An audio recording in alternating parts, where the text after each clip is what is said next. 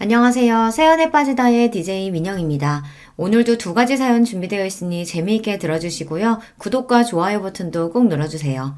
그럼 오늘의 사연 함께 시작해 볼게요. 안녕하세요. 저는 한 남자의 아내로, 두 아이의 엄마로, 그리고 한 회사의 임원으로서 아주 바쁘게 살아가고 있는 50대 여성입니다. 워킹맘으로 살아가시는 분들이라면 다들 이해하시겠지만 주어진 역할 모두 너무나 소중하고 중요한 일들이라 제가 아내로서, 엄마로서, 직장인으로서 잘 해내고 있는지 의심이 들 때도 많아요.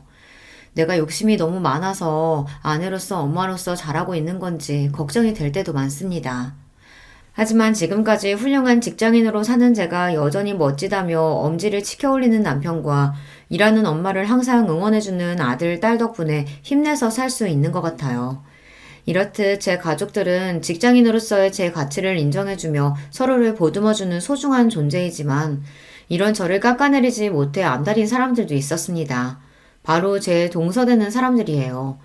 사람의 진정한 가치를 평가하지는 못할 망정 항상 눈에 보이는 성과에 집착하고 사람을 조건으로 따지는 동서들을 그래도 너른 마음으로 이해해 보려고 했지만 그것도 그럴 가치가 있는 사람한테나 통하는 일이더라고요. 그래도 제가 성격이 무던한 편이라 그러려니 늘 넘어가고는 했는데 정작 저보다 제 남편이 저를 깔아뭉개지 못해 안달인 동서들에게 아주 화가 많이 났던 모양이에요. 내 마누라 발끝에도 못 미치는 인간들이 감히 누구 앞에서 내 아내를 무시해? 내 도움 없었으면 사람 사는 꼴도 못 갖추고 살았을 것들이. 아주버님, 저희가 잘못했어요. 그냥 저희는 아주버님 조건에 비해서 형님 조건이 떨어지니까 안타까운 마음에. 이게 아직도 정신을 못 차리고? 고정하세요, 아주버님. 저희가 정말 잘못했어요.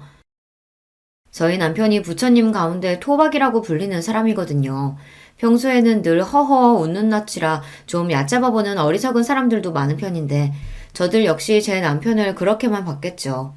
하늘 무서운 줄 모르고 저 깔보다가 저보다 또 더 저를 아끼는 저희 남편에게 호되게 세상 매운맛을 본 동서들이었죠. 대체 어떻게 된 이야기인지 궁금하신가요? 지금부터 그 자세한 이야기를 들려드리도록 할게요. 저희 남편은 삼형제 중 장남으로 태어났습니다. 형제 모두 머리가 좋은 편이라서 좋은 학교 나와 좋은 대학에 들어갔고요. 그 중에서도 제 남편이 공부 머리가 제일 좋았어요. 셋 중에서도 군계 일학이었죠. 대학도 가장 좋은 곳을 나왔고요. 저 역시 남편과 마찬가지로 저희 친정에서 가장 공부를 잘하는 자식이었습니다. 아무래도 대학 동기로 만나 남편과 유난히 마음이 잘 맞았던 것도 첫째로 태어나 집안 기대를 한껏 받으며 자랐다는 공통점이 있었기에 가능했던 것 아닐까 싶습니다. 저에게는 도련님이 되는 둘째 시숙과 셋째 시숙 역시 캠퍼스 커플로 만나 결혼까지 이르게 된 경우였어요. 아무래도 다들 비슷한 사람끼리 만나기 마련이니 그게 자연스럽기는 하죠. 하지만 맞이인 저희가 가장 먼저 결혼한 건 아니었습니다. 남편도 마찬가지지만 제가 일에 욕심이 좀 많은 편이거든요. 대학 졸업하고는 대학원에 진학한다고 박사학위까지 마친 후에는 제 커리어 쌓느라 바빠서 결혼은 차일피일 미뤄지고 있었습니다. 당시 제 나이를 고려하면 슬슬 혼기가 넘어가고 있었어요. 처음에는 공부 욕심 많은 큰딸 뜻에 군말 없이 따라주시던 저희 친정 부모님조차 이제는 일 좀 그만하고 시집 갔으면 하고 내심 바라셨습니다. 하지만 그런 저를 항상 지지해주고 같은 사회인으로서 존중해준 것이 바로 남편이었어요. 나 당신 일 욕심 많은 거 좋아. 처음부터 모르고 연애 시작했던 것도 아니고 당신같이 능력 있는 사람이 시집 간다고 그 좋은 머리에 집안에만 틀어박히는 게 오히려 사회적인 낭비야. 난 언제고 기다릴 수 있으니까 걱정하지 말고 당신 하고 싶은 거 다 해. 저도 저지만 그 사람도 장남인데 잘난 장남이 여자친구 기다려준다고 홍기가 넘어가도록 장가갈 생각을 하지 않으니 시부모님 속이 어지간히 타실 거였어요. 그럼에도 불구하고 저한테까지 아쉬운 소리 들리지 않도록 남편이 참 신경을 많이 썼습니다. 다시 태어나도 저 사람이 내 짝이다 싶을 정도로 저를 많이 배려해준 사람이죠. 사정이 이렇다 보니 남편 동생들이 형님을 앞지르고 먼저 결혼을 하게 된 거죠. 특히 둘째 시숙의 경우에는 예정보다 이르게 아이가 먼저 생기는 바람에 결혼을 서두르게 되었습니다. 한 해 후배와 교제 중이던 둘째 시숙은 이제 막 취업을 해서 모아둔 돈도 변변치 않은 상황이었어요. 둘째 동서가 둘째 시숙이 군대 가는 동안 대기업에 취직을 하긴 했지만 이제 연차 얼마 되지도 않은 직원이 덜컥 임신까지 해서 자리를 비우게 되었으니 동서도 여간 회사 눈치가 보이는 게 아니었을 거예요. 둘 다 아직 사회에서 제대로 자리를 잡지 못한 상황이었지만 점점 배는 불러가고 있으니 결혼을 미룰 수 있는 상황도 아니었죠. 그렇게 둘은 결혼할 여건도 제대로 갖추지 못한 상황에서 서둘리 결혼을 하게 되었습니다. 셋째 시숙 사정도 그리 다르지는 않았습니다. 그래도 결혼 당시에 셋째 동서가 대기업 취직 후 돈을 좀 모으긴 했으나 문제는 셋째 시숙이었어요. 무슨 팔자에도 없는 사업병에 걸렸는지 대학 졸업하고 바로 취직할 생각은 하지 않고 동기들과 스타트업 기업을 연다 어쩐다 시간만 죽이다 벌써 몇 년을 허송세월했거든요. 자기가 머리 좋다고 믿는 사람들이 저지르기 쉬운 실수가 본인이 선택한 게 잘못되었다는 걸 깨닫는데 시간이 오래 걸린다는 거예요. 좀처럼 자신의 실수를 인정하지 못하고 그 좋은 머리로 고생을 하는 경우를 저희 학교 선후배 중에서도 자주 봤어요. 사람이 학벌만 좋다고 꼭 성공하는 건 아니라는 걸 저희 주변에서 흔하게 볼 수 있었습니다. 셋째 시숙이 딱 그런 경우였죠. 형제 모두 잘난 머리로 어릴 적부터 공부 잘한다고 칭찬만 받아왔으니 자아가 비대해지기 쉬웠어요. 세상에 잘난 사람이 얼마나 많은데 그걸 늦게 깨달을수록 본인 고생만 커지는 법이죠. 결국 뒤늦게 취업 전선에 뛰어들었지만 그보다 더 어린 인재들이 널렸는데 아무리 학벌이 좋아도 신입으로 그 나이 직원을 선호하지는 않으니까요. 결국 본인 욕심보다 훨씬 못한 직장에 다니게 된 셋째 시숙이었습니다. 아마 그나마 셋째 동서가 일찍 자리를 잡지 않았더라면 둘은 훨씬 고생을 했을 거예요. 그러다 보니 각자 좋은 조건의 여성들과 결혼을 했으면서도 두 시숙들 결혼 초에는 꽤나 고생을 했다고 들었습니다. 형님이 워낙 자리를 잘 잡았으니 선뜻 먼저 도와주지 않았더라면 고생이 더 커졌겠죠. 그 고마움을 알아서인지 시숙들이 남편에게 참 잘했습니다. 형수인 저한테도 참 잘했고요. 아직 결혼하지 않았을 때에도 저희에게 형수 되실 분은 저 하나뿐이라며 곧잘 추켜 세워주곤 했어요. 우리 형 장가 좀 가게 해주세요, 형수님. 여자라곤 형수님밖에 모르는 사람인데 저러다가 진짜 노총각으로 늙어 죽겠어요. 얘가 경진이 부담스럽게 왜 이래. 때 되면 하겠지. 형이 이렇게 패기 없으니까 우리가 옆에서 더 이러는 거야. 남자가 할 땐 박력 있게 딱 얘기할 줄도 알아야지. 확실히 부드러운 남편 성격에 비해 사람도 좋아하고 말투에 자신감이 넘치는 시숙들이었습니다. 워낙 오래 본 사이라 예비 시댁 식구가 될 사람들이라는 부담감보다는 저도 그들을 편히 대했어요. 그래서 결혼해서도 시댁 식구들과는 잡음 없이 잘 지낼 수 있을 줄만 알았습니다. 연애를 제법 오래 했기 때문에 이미 양가 부모님들과는 모두들 안면이 있었고 큰아들 늦은 결혼의 원흉이긴 했으나 남편이 워낙 제게 유별나게 굴었기 때문에 저 아니면 결코 결혼하지 않을 거라는 것도 알고 계셨거든요. 이러나 저러나 남편의 유한 성격은 시부모님 유전이었기에 이런 부족한 며느리도 사랑으로 감싸주셨죠. 저희 친정에서 제 남편에 대한 대접은 거의 국빈 대접이라고 해도 과언이 아니었습니다. 아무리 잘난 딸내미라고 하더라도 남편 조건 역시 그에 묻지 않았고 지금이야 여자들도 자기 목소리 내며 어깨 펴고 사는 시절이라고 하지만 저 시집갈 때만 하더라도 여자가 너무 조건 좋은 것도 결혼 상대로 그리 반기는 분위기는 아니었거든요. 결혼하면서 일 정리하는 여자들이 대부분이었고요. 그런데 일 욕심 많은 저를 다 이해해주고 거의 연애 10년을 기다려주는 남자는 정말 흔치 않았습니다. 저희 부모님 입장에서 제 남편은 귀인이나 다름없었어요. 우리 허서방이 우리한테는 은인이다, 은인이야. 아니었으면 우리 경진이 저 고집스러운 성격에 어디 시집이나 가려고 들었겠어? 허서방이나 되니까 우리 딸내미 감당되는 거지. 암만 우리 사이가 최고지. 우리 딸이랑 천생연분도 이런 천생연분이 없어. 민망하게 또 그러신다. 제가 경진이 만나 복이 많죠. 저희 친정부모님도 남편도 서로에게 참 잘했습니다. 제 친정 자매들 역시 남편을 참 잘 따랐어요. 똑똑한데 잘난 남편답지 않게 잘난 척 할 줄도 모르고 그저 서글서글한 사람이었으니 동생들이 잘 엉겼죠. 남편이 아들 부잣집 맞이였다면 저는 딸 부잣집 맞이였어요. 제 동생들 입장에서 남편은 그야말로 꿈에 그리던 오빠의 이상형이나 다름없었어요.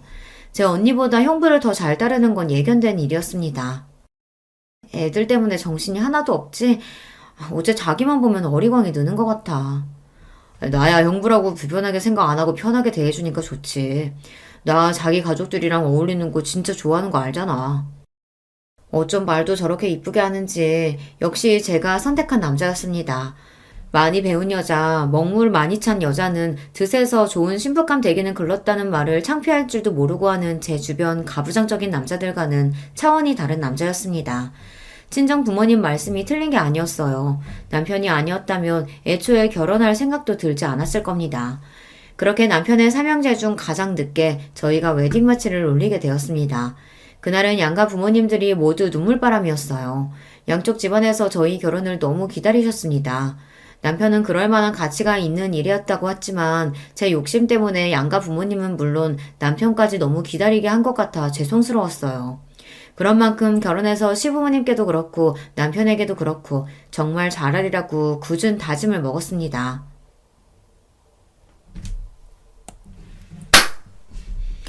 그런 만큼 결혼해서 시부모님께도 그렇고 남편에게도 그렇고 정말 잘하리라고 굳은 마음을 먹었습니다. 연애할 때도 저한테 참 잘하는 사람이었지만 같이 사니까 남편은 정말 자상하고 가정적인 남자였어요. 저 결혼하고 나서 제 손으로 아침 차려본 일이 손에 꼽힐 정도예요. 제가 워낙 아침잠이 많은 편이거든요. 아침 시간에는 늘 출근 준비하는 것만으로도 전쟁일 정도입니다. 반면 남편은 저보다 훨씬 잠이 적은 편이에요. 아침에는 항상 저보다 먼저 일어나고요. 신혼 초에는 저 깰 때쯤 이미 자기 출근 준비를 다 마치고 같이 먹을 아침까지 차려놓는 남편한테 민망한 일이 한두 번이 아니었습니다. 그렇게 머쓱해하는 저를 보며 남편이 대수롭지 않게 말했습니다. 저녁 준비는 거의 당신이 다 하잖아. 그럼 내가 아침 준비할 수도 있는 거지. 둘 다 출근하느라 바쁜 거 똑같은데 당신만 요리하라는 법 있어? 그렇게 지금까지 남편이 차려주는 따순밥 먹으며 출근을 하고 있습니다. 신혼 때와 한결같은 모습에 제가 남편 하나는 참 잘 골랐다 싶어요. 처음에는 이상하게 생각하던 친정 부모님도 이제는 좋은 사위 만나 딸 자식 호강하고 산다며 좋아하십니다. 우리네 부모님들 보기에 요리야 결혼한 여자가 전담하는 일이니 처음에는 남편이 저 먹을 걸 챙기는 걸 보고 저희 친정 부모님이 더 안절부절 못하시더라고요. 하지만 저한테 똑같이 설명하는 남편 말에 결국 저희 친정 부모님도 고개를 끄덕이셨습니다. 허서방 하는 말 듣고 보니 그것도 참 일리가 있다. 그래, 일은 똑같이 나가는데 부엌 일은 우리 애만 하는 것도 말이 안 되지. 하지만 그건 그렇고 그렇다고 한들 우리나라 같은 환경에서 자란 남자가 그걸 잘못된 줄 알고 행동으로 보여주기가 쉬운 일이 아닌데. 나도 참 반성이 되네. 제 말이 딱 그겁니다. 잘못된 걸 알았다고 주변 다른 남자들과 다르게 행동하는 게 우리나라 같은 사회에서 쉽지 않다는 거 저도 잘 알아요. 남편은 한마디로 주변 남자들의 공공의 적이었습니다. 자기들처럼 살면 편히 살 수 있는데 남편 하는 걸 보면 여자들이 한마디씩 할 테니 남자들 입장에서는 저희 남편이 곱게 보이지 않았겠죠. 그럴수록 저한테는 더더욱 예쁘고 귀한 남편이었지만 말입니다. 그런 저희 남편을 보며 자라서 그런지 시숙들도 퍽 가정적인 남자들이었습니다. 비록 형님 수준에 미치지는 못했지만 말입니다. 셋 다 술도 잘 안 하고 담배도 안 하고 칼퇴근하면 다른 데 안 가고 곧장 집으로 향하는 아내 바라기였어요. 시숙들은 벌써 저희보다 먼저 결혼해서 다들 시조카드를 두고 있었습니다. 다복하게 사는 시숙 가족들을 보니 저도 아이 생각이 절로 날 지경이었어요.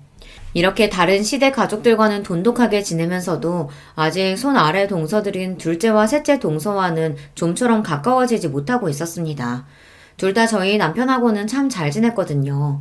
저희 남편이 철마다 아이들 선물이라며 재수씨들 선물까지 잘 챙기기도 했고 가끔 만나서도 아이들도 참 잘 봐줬으니 동서들 입장에서야 더할 나위 없는 아주버니였겠죠.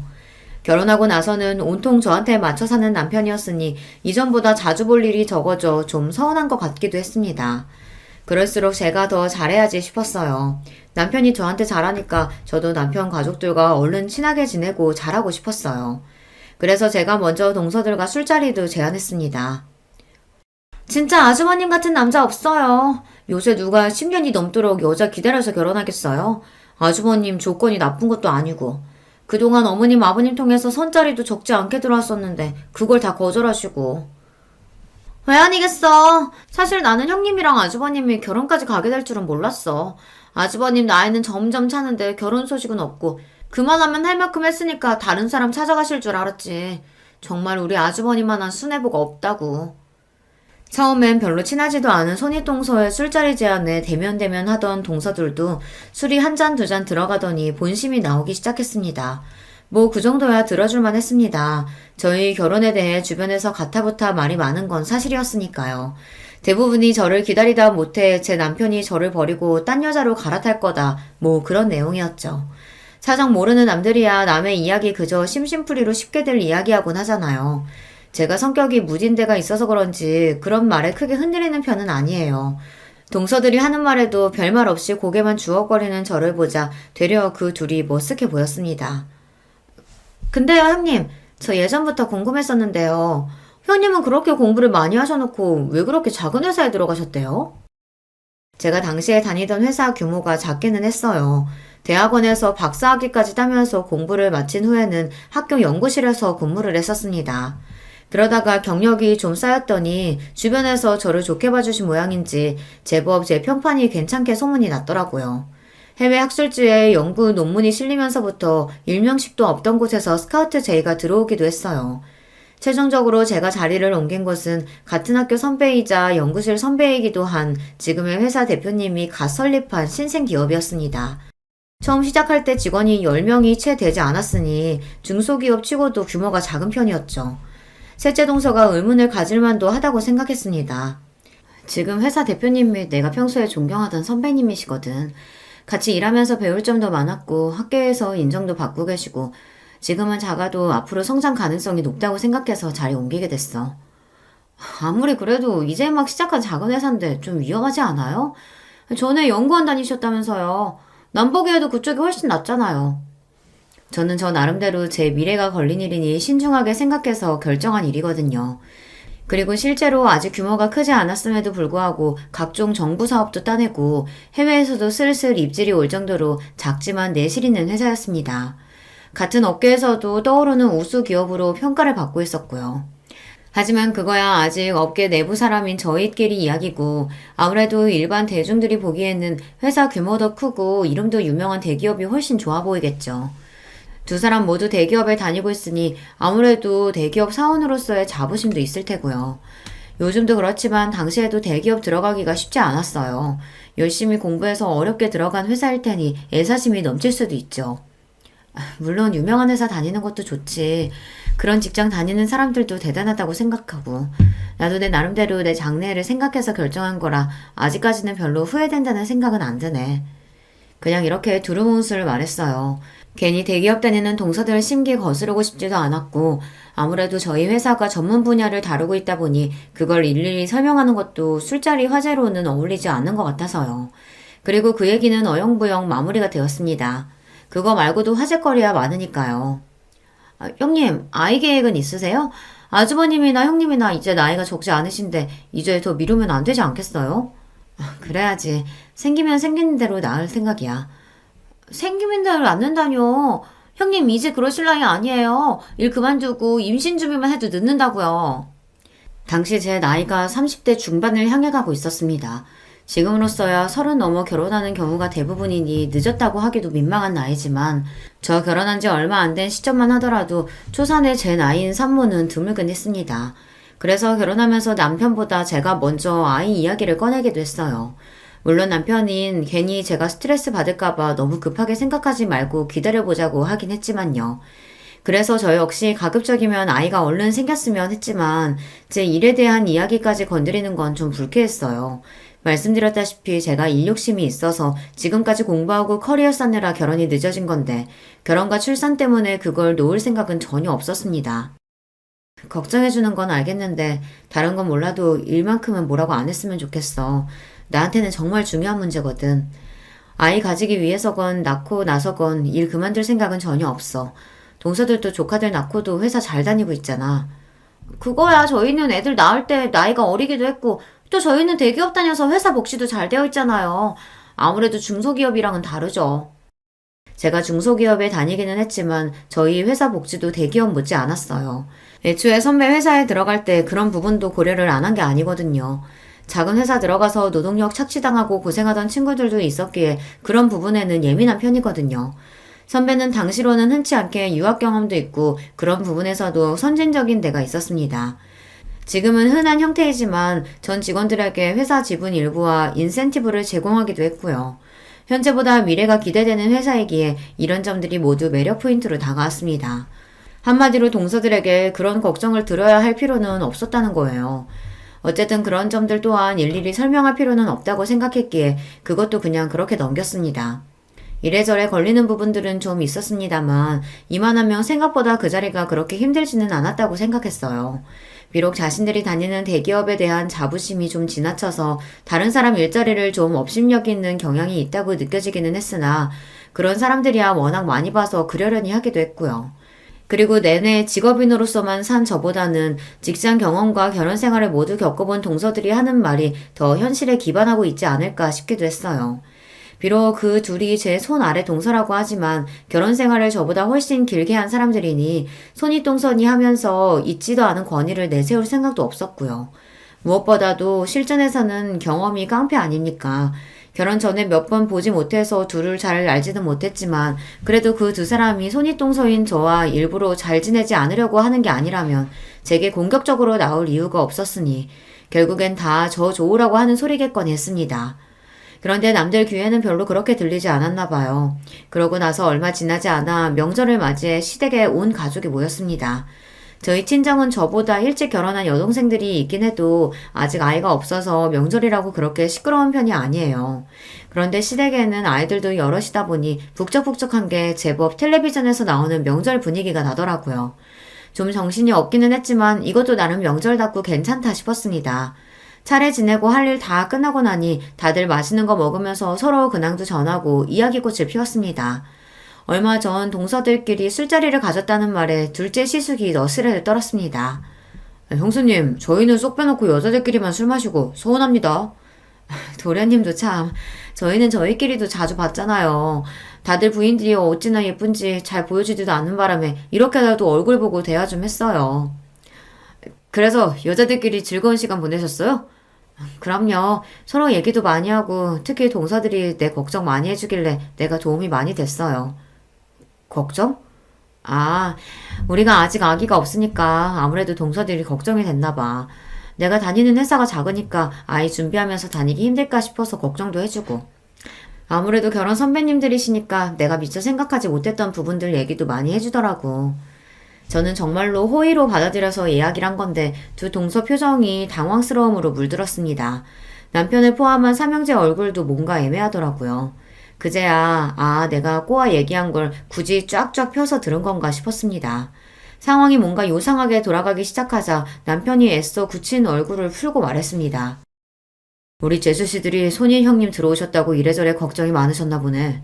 그래도 이 사람이 똑부러진 사람이라 걱정하실 일은 없을 거예요. 더군다나 남편인 제가 이 사람 능력 있는 걸 이렇게나 좋아하는데 걱정하신 만큼 제가 더 잘하겠습니다. 특히나 제가 능력 있는 걸 좋아한다는 부분을 힘주어 말하는 남편이었습니다. 한마디로 내 아내 직장 문제 가지고 왈가왈부하지 말라는 경고나 다름없었어요. 부드럽게 말하기는 했지만 평소에 워낙 싫은 말 하는 일이 없는 사람이라 그런지 두 동서들 표정이 경직되는 게 느껴졌습니다. 아니, 저희는 그냥 걱정이 돼서요. 아주머님이 여기서 어떻게 더 잘하시겠어요? 평소에도 그렇게 잘하시면서. 그럼요. 저는 두 분 닮은 조카 얼른 보고 싶은 마음에 말씀드린 거예요. 급히 수습하는 둘을 보자니 내가 눈치가 없었구나 싶었습니다. 저 둘이 설마 저를 견제하리라고는 생각도 못했거든요. 이미 이 집 식구로 잘 자리 잡은 사람들이고 아직 잘 알지도 못하는데 그럴 이유가 있겠나 제가 너무 단순하게 생각한 거죠. 동서지간이라는 거 생각보다 참 복잡한 거더라고요. 단순한 인간관계를 지향하는 저로서는 좀 이해하기 힘들었지만 그래도 아직은 좋은 게 좋은 거라고 모두와 잘 지내고 싶었기에 다음에는 이런 화제 꺼낼 때 좀 조심해야겠다 싶었습니다. 좀 그렇네. 남의 직장 이야기는 그렇게 경솔하게 하는 게 아닌데. 집에 돌아와서까지 답지 않게 기분 나쁜 티를 내는 남편이었습니다. 자기 일로는 참 무던한 사람인데 저나 나중에 태어난 아이들 문제로는 민감한 데가 있더라고요. 하지만 결혼 후에 처음으로 보는 남편 모습이었기에 저는 남편이 좀 예민하게 반응하는 게 아닌가 하고 생각했습니다. 아까 얘기 잘해놓고 뭘 아직까지 마음에 담아두고 그래. 내가 문제가 아니라 당신 기분 나쁘지 않았어? 난 솔직히 아까 동서들 반응 보고서야 그게 내 신경 긁으려고 한 얘긴 줄을 눈치챘어. 나도 참 눈치 없다, 그치? 웃어넘기는 저를 보고 자기가 더 미안한 표정을 짓는 남편이었습니다. 아무렴 제가 아니라 남편이 나서서 한 소리 했는데 또 이렇게 은근슬쩍 제 신경을 긁으려 들기야 할까 싶었습니다. 뭐 저 정도로 긁힐 제 신경이 아니긴 했지만요. 그런데 동서들 입장에서는 결혼 전에 한 번도 자기들한테 싫은 소리 한 적이 없었던 아주버님이 결혼하고 저런 소리를 한다는 게 다 제 딸처럼 느껴졌던 모양이에요. 그전에도 그들과 그리 잘 어우러지는 느낌은 아니었는데 저러고 나서는 은근히 저를 대화에서 배제하는 느낌이었어요. 결국 이렇게 되었구나 싶으면서도 솔직히 그럴 수도 있다고 생각했어요. 사람이 자기가 하는 일이 옳고 그르고를 떠나서 감정 상할 일을 겪었으면 아무래도 상대방에게 좋은 마음 먹기가 쉽지 않기는 하죠. 의도한 바는 아니었으나 어쨌든 시댁 모임 중에 분위기가 흐려진 것도 사실이었으니 할 수 없다 싶었습니다. 결혼하고 처음으로 맞이하는 시아버지 생신에 다시 온 가족이 시댁으로 모여들었습니다. 이 집 며느리가 되고 나서 처음으로 챙겨드리는 시아버지 생신이었으니 저도 신경을 많이 썼어요. 마침 연구 성과로 인센티브를 받은 직후라 주머니 사정도 넉넉했습니다. 평생 명품 한번 써본 적이 없다고 하시길래 용돈과 함께 명품 지갑과 넥타이 세트를 준비했습니다. 물론 명품은 시대를 막론하고 저렴한 적이 없었기에 그 당시에도 가격대가 상당했어요. 그러나 그렇다고 제 형편에 지나치게 무리한 것도 아니었어요. 그걸 알고 있으니 남편도 굳이 말리지 않는 게 아니겠습니까? 오히려 제가 이렇게 단단히 준비한 게 본인 면이라도 세워지는 것처럼 으스케하는 남편이었어요. 시아버지한테 명품 선물하는 며느리라니. 내가 역시 능력 있는 여자 제대로 잡았지. 호태훈이 아주 봉잡았다. 하여튼 너스레는. 남편 말에 민망하면서도 기분은 나쁘지 않았습니다. 부디 시아버지께서도 저렇게 좋아해 주셨으면 더 바랄 게 없겠다 싶었죠. 다행히 선물 받고 아버님이 아주 기뻐하시더라고요. 세상에 내 팔자에 명품을 다 써보고 내가 우리 큰며느리 덕에 아주 호강한다. 고맙다 아가. 내가 아주 평생 아껴 쓸게. 아유 아니에요 아버님. 별거 아니에요.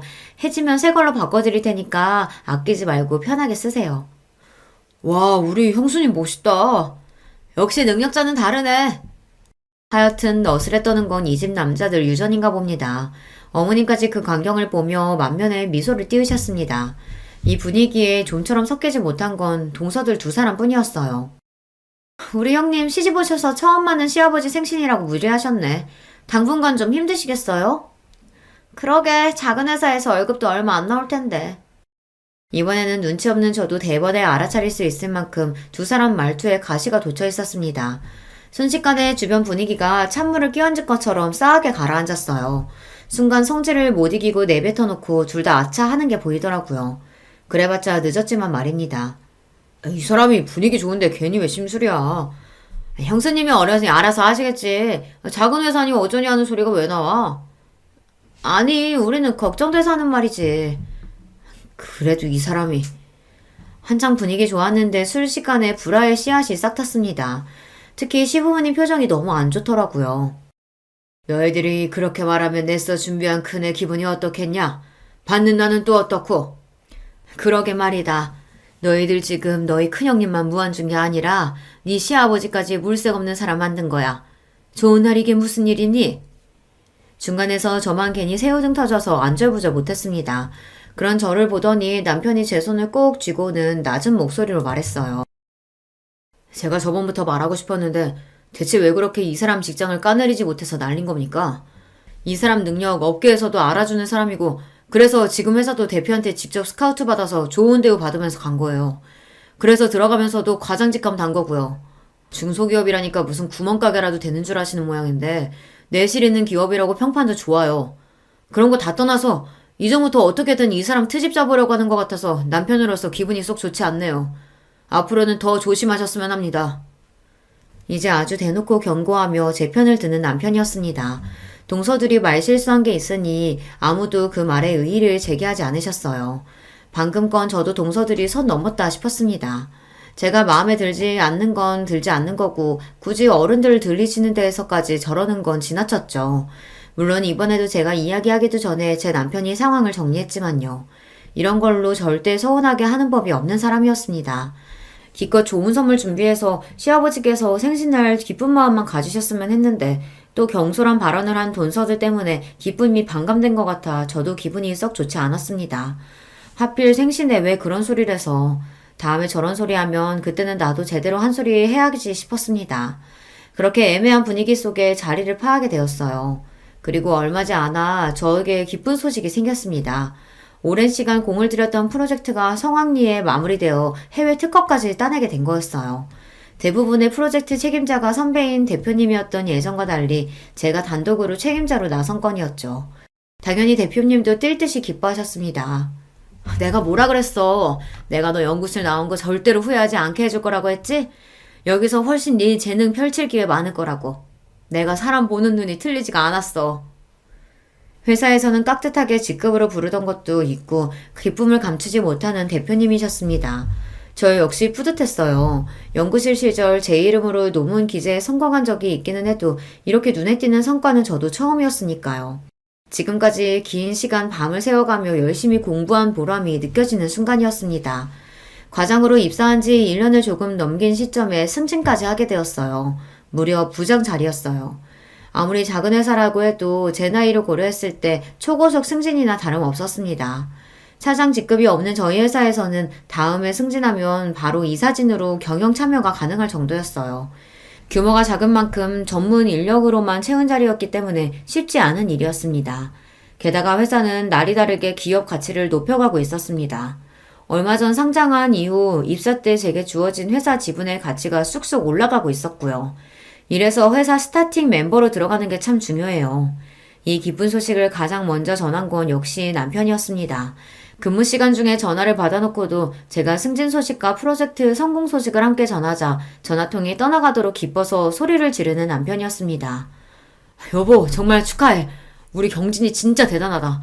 그동안 그걸로 그렇게 가슴을 졸이더니 결국은 해내는구나. 이제 이 과장님이 아니라 이 부장님이네? 신랑은 이제 간신히 과장 달았는데 우리 마누라는 부장님이라니. 내가 알아서 모셔야겠다. 이렇게 아니라 오늘은 축하 파티를 제대로 열어주겠다는 남편을 겨우 진정시켜 전화를 끊었습니다. 기쁜 일이 생겼을 때 나보다 더 기뻐해주는 사람이 있다는 게 참 좋더라고요.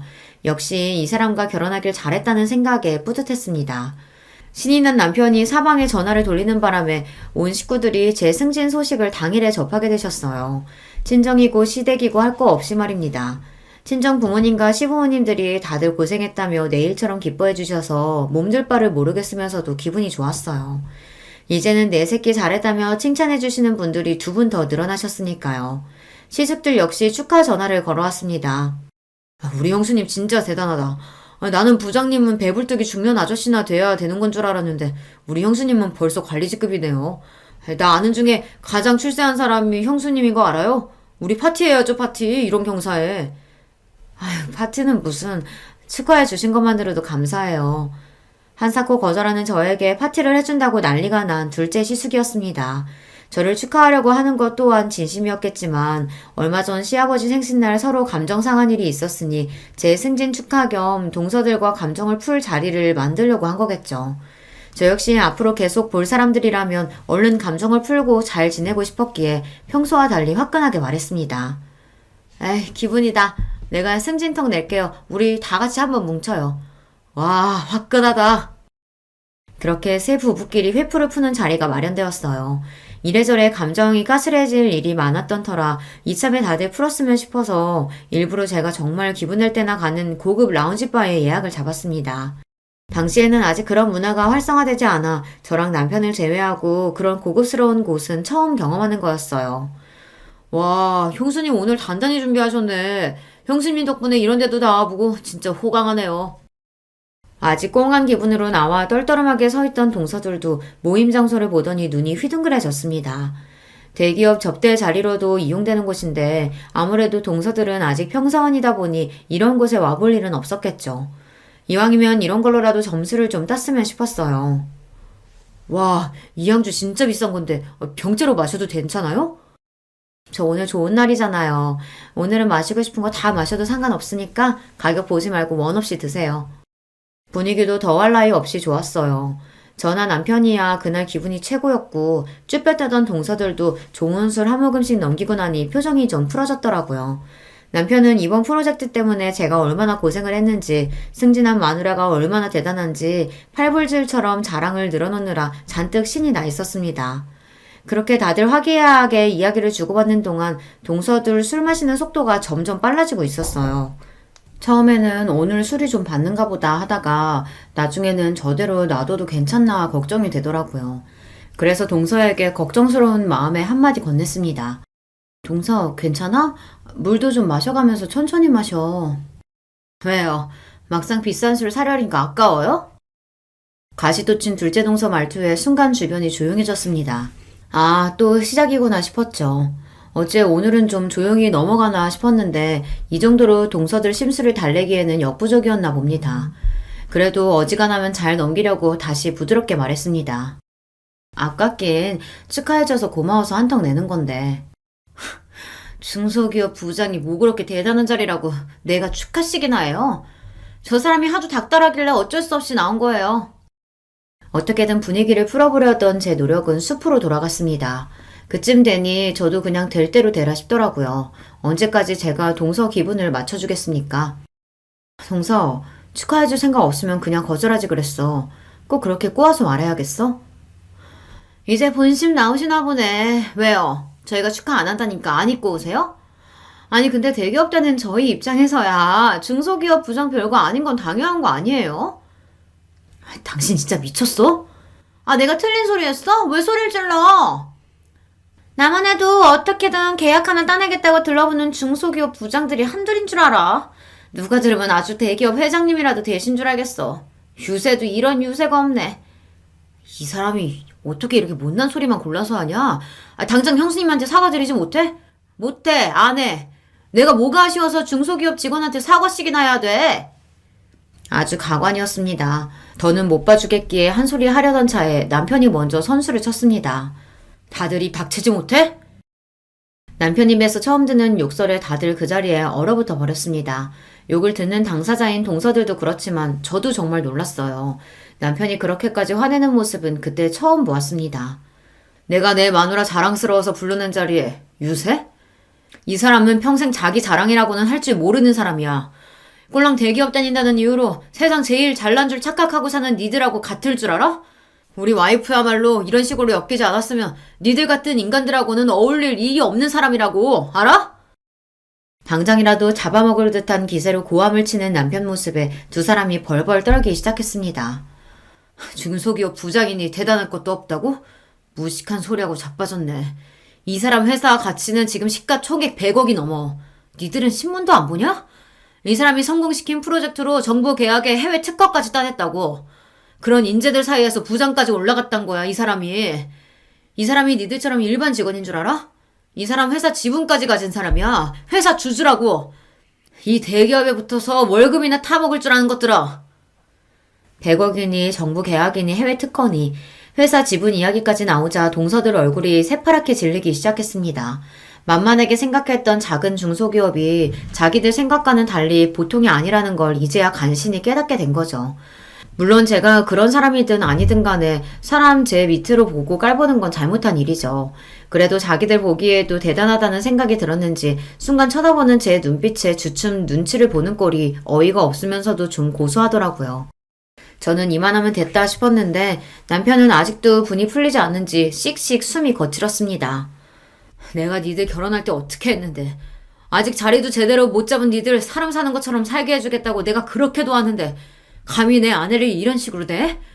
나한테는 아까운 사람이 이 사람을 감히 겉으로 보이는 조건만 대충 보고 사람 괄시하는 니들 같은 모자란 인간들이 감히 당장 내가 빌려준 집값 빼서 가져와. 나 내 아내 무시하는 너 같은 인간들한테 내 돈 절대 못 줘. 남편이 두 동생들 결혼하면서 준비가 부족해 도움을 줬다는 건 미리 말해준 적이 있었어요. 아무래도 남편 벌이가 가장 좋기도 하니 여윳돈도 있었으니까요. 그걸 그래도 돈거래가 오갔으니 명목상 계약서를 쓰고 이자도 받지 않고 그 일부를 천천히 갖고 있었죠. 남 같으면 가당치도 않을 이야기였습니다. 하지만 이제 자기한테는 남보다도 못하니 당장에 그 돈을 갚으라는 이야기였죠. 그 돈이 한두 푼도 아니고 동서들은 물론이고 시숙들까지 얼굴에 피기가 싹 가셨습니다. 아주버님, 저희가 잘못했어요. 제가 진짜 몰라서 실수했어요. 형님, 제가 죄송해요. 다시는 형님 앞에서 건방 떨지 않을게요. 형님, 잘못했어요. 저는 형님이 그렇게 대단한 분인 줄도 모르고.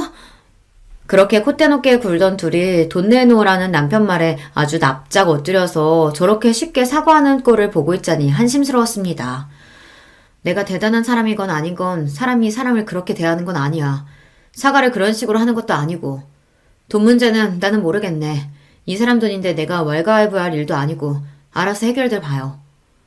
그러고는 아직도 분이 풀리지 않아 씩씩대는 남편을 데리고 나와버렸습니다. 그 와중에 술값 계산하려는 저를 보고 저것들 꼴을 보고도 비싼 양주 사 먹이고 싶냐며 남편이 난리치는 바람에 결국 그냥 나오고 말았습니다. 당신 진짜 그 돈 한꺼번에 다 받을 거야? 내가 내 돈 받겠다는데 왜? 내가 그간 못 받은 이자까지 싹 쳐서 받아낼 거야. 나 무시하는 건 참아도 당신 무시하는 건 절대 못 참아. 어디 감히 내 마누라를. 화가 나서 어쩔 줄 모르는 남편을 보고 있자니 웃으면 안 되는 줄 알면서도 웃음이 나왔습니다. 남편은 뭐가 좋냐며 타박을 하는데도 그렇더라고요. 앞으로 살면서 억울한 일, 화나는 일이 있어도 나 대신 화내고 억울해줄 사람이 있는데 세상 무서울 게 무엇 있겠냐 싶었습니다. 그러고 나니 두 동서들 폐악도 별거 아니라고 느껴지더라고요. 결과적으로 동서 둘 다 남편 돈 갚느라고 고생 꽤나 했습니다. 남편이 시숙들 도움 받아다가는 정말 당장 소송해서 받아낼 거라고 으름장을 놓는 바람에 대기업 다녀받은 피 같은 월급 내놓느라 둘 모두 속이 쓰렸을 거예요. 이건 남편과 시숙들 간의 모종의 거래가 있었습니다. 니들 같으면 마누라 그 꼴 당하는 걸 보고 가만히 있겠냐는 말에 시숙들도 할 말이 없었겠죠. 그래도 부부인이 뒤에서 몰래 도왔다는 걸 알고 있지만 그 정도는 농감아주기로 했습니다. 이 막장 드라마 같은 상황을 숨기지 않고 일러 바친 남편 덕에 동서들은 시부모님께도 단단히 야단을 맞았습니다. 내가 그동안 니들한테 너무 잘해준 모양이다. 어디 감히 손이 동서를 제 밑으로 보고 그따위 짓거리를 벌여. 감히 내 집에서. 남편이나 시부모님이나 그리 마음씨가 비단결 같은 분들이 화내니까 정말로 무섭더라고요. 그날로 그 둘에게 사근사근 부드러운 시부모님은 영영 사라졌습니다. 제대로 바닥을 보였으니 아무리 행동을 조심해도 시부모님 입장에서는 더는 믿업지 못한 모양이었어요. 그리고 십수년이 지났지만 그 둘은 여전히 저한테 쪽도 못 쓰고 잔뜩 기가 눌려 지내고 있습니다. 사실 제가 크게 뭘 한 건 없는데 주변에서 워낙 야단이었다 보니 둘 다 아주 된통 당하기는 했죠. 결국 이자까지 쳐서 그 돈을 다 받아낸 제 남편이 참 대단해요. 그 이후로 저는 결국 회사 이사진까지 올라가는 데 성공했습니다. 지금은 업계에서 저희 회사 이름만 들으면 모르는 사람이 없을 정도로 회사를 성장시켰습니다. 여전히 대기업에 비하면 직원 수는 적은 편입니다만 그래도 지금은 직원 수가 거의 200여 명에 육박할 정도로 규모가 커졌습니다. 제 연봉이나 회사 지분 가치를 따지면 여느 대기업 이사들에게도 뒤지지 않을 정도입니다. 동서 둘은 그리고 채 10년도 채우지 못하고 회사를 나오게 되었어요. 아무래도 평사원은 많고 관리직까지 승진하는 사람은 소수이다 보니 남자들도 40대에 들어서면 대기업에서 명예퇴직하는 경우가 많죠. 아이까지 있고 승진에 실패한 동서들이 끝까지 대기업에서 살아남기는 힘들었을 겁니다. 대기업 다니는 게 평생 가장 큰 자랑인 두 사람이었는데 결국 이 나이까지 왕성하게 사회활동하는 사람은 저뿐이네요. 회사 그만두고 둘 모두 급격히 기가 죽은 탓에 오히려 이제는 짠하게 느껴지기까지 합니다. 사람이 겉으로 보이는 단면만 보고 상대방을 평가하기 쉽다지만 그래도 예의라는 게 있는 건데 둘 다 처음에 저한테 너무했다 싶어요. 첫 단추를 그립게 않았더라면 꽤 괜찮은 사이가 될 수도 있었을 텐데 지금은 뭐 별로 아쉽지도 않네요. 여전히 하늘이 두 쪽 나도 제 편인 남편과 이제는 남편과 저를 쏙 닮은 소중한 아이들도 있는 판에 거기까지 신경 쓸 여력이 없기도 하고요. 회사 일 역시 바쁘지만 더없이 만족스러워서 저는 잘 지내고 있습니다. 지금은 한때 그런 일도 있었지 웃으면서 이야기할 수 있을 정도로 작은 해프닝으로 느껴지기도 해요. 다들 제 이야기 재미있게 잘 들어주셨는지 모르겠어요. 오늘 하루 여러분도 열심히 일하시고 하루의 마지막에는 소중한 사람들 품에 돌아가 따뜻한 시간 보내시길 바라며 이야기 마칠게요. 안녕하세요. 저는 30 중반 된 여성입니다. 요즘 참 시끄러운 일이 많죠? 그중 가장 이야기 많이들 하시는 것 중 하나가 바로 교사와 교권 문제잖아요. 저도 이와 관련하여 겪었던 일이 있어서 이번 기회에 털어놔보고 싶어 사연을 보내드립니다. 저는 20대 중반에 교사가 되었어요. 벌써 10년 전이네요. 교사 경쟁률이 떨어졌다고는 해도 임용고시는 여전히 어렵습니다. 사범대 나와서 임용고시를 볼 때 얼마나 긴장하고 열심히 노력했었는지 몰라요. 사실 좀 더 어른스러운 아이들을 상대로 대학 보내는 즐거움을 느끼고 싶다면 중고등학교 선생님이 되는 쪽이 좋습니다. 사실 중고등학생쯤 되면 뛰어난 아이들은 정말 뛰어나서 선생님에 대해 예의를 잘 갖추는 아이들도 많아요.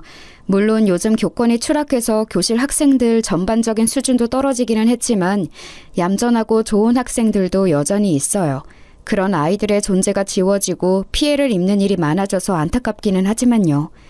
그런데 저는 애초에 대학에 들어갈 때부터 초등학교 선생님이 되겠다고 마음을 먹었던 이유가 아이들을 너무 좋아해서였어요. 아직 중학교도 들어가기 전 유치원을 나와서 학교에 막 입학하는 그 조그만 아이들이 얼마나 귀여웠는지 몰라요. 그건 지금도 마찬가지고요. 고사리 같은 손을 내밀면서 선생님을 부르는 아이들을 가르치고 돌보다 보면 제가 정말 세상 모든 아이들의 엄마라도 된 것 같은 기분을 느낄 수 있었거든요. 최선을 다해서 임용고시를 치르고서 다행히도 운 좋게 처음 본 시험에 합격하여 사립초등학교에 들어가게 되었습니다. 사립초등학교는 연봉이 그래도 높은 편이에요. 서울에 있는 사립초등학교였는데 아이들 수준도 높고 꽤 신경 쓰는 집안의 부모님들도 많이 계셨죠. 신규 때는 그래도 운이 좋았는지 정말 좋은 학부모님들과 착한 아이들로 이루어진 반을 맡게 되어서 즐겁게 1년을 보낼 수 있었어요. 신규로 교사 일을 시작하면 얼마나 떨리고 의욕이 넘치는지 아마 교사분들은 아실 텐데요. 조그만 아이들의 1년이 제 손에 달렸다고 생각하면 없던 의욕도 생기는 게 바로 교사들이랍니다.